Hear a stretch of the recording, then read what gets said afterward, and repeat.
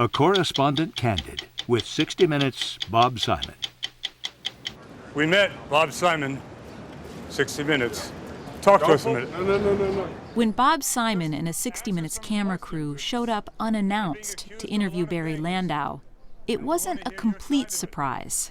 Oh, he knew we were doing this story. Catherine was on the phone 40 times with him. We had been talking to Barry for many months. I think Barry is enamored with the idea of being on 60 Minutes. The guy's such a narcissist. He wanted to be on television, but he was nervous. He realized he was going to be facing tough questions from us. We would have been delighted to do a proper interview with him. He was the story. We had to ask him those questions. You're being accused of a lot of things, and we want to hear your side of it. We tried every possible which way, and he left us no option. The prosecution says you're a con man, a thief.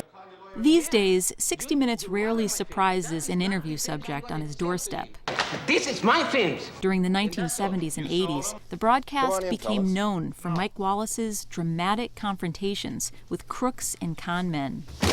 But today, as in the case of Barry Landau, it's the interview of last resort.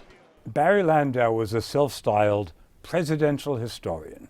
He was doing research all over the country in archives. He had very deep pockets sewed into his jacket, and he'd walk out with these documents. Some of them were very valuable. This is the actual speech that FDR held at his second inauguration. And it's got his own, says, my reading copy, FDR. Sir Isaac Newton, 1692.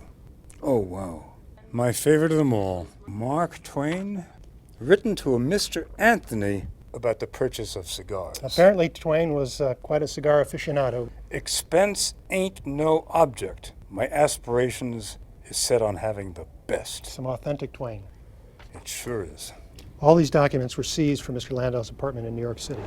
Don't you have anything to say at this point in your own defense? He confessed. He pled guilty, and he was waiting sentencing when we started meeting with him. Barry kept calling me and we kept having conversations. He would set up a date. We would book the cruise. The day before, we'd hear from him and he'd say, I really don't feel comfortable doing the interview. It got to a point where we knew it just wasn't going to happen. We had 3 camera crews. There were 2 entrances to his building. So we had one in front, one in back, and one just sort of roaming. And he told me that he had a dentist appointment that he had to go to at noon that day. We all assumed he was going to leave out the front, but we thought there might be a chance he would leave out the back. And in fact, he did leave out the back.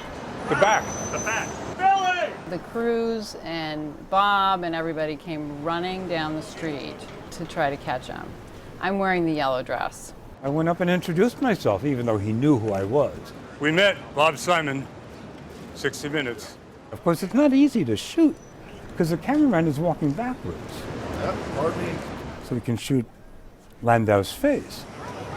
The main criticism is, where do we get off doing this? We gave him numerous opportunities to talk to us in a normal setting, in an interview setting where he would have looked better, he would have been better dressed, makeup, the whole thing. I felt uneasy about it, but you got to do what you got to do. You have nothing to say to us.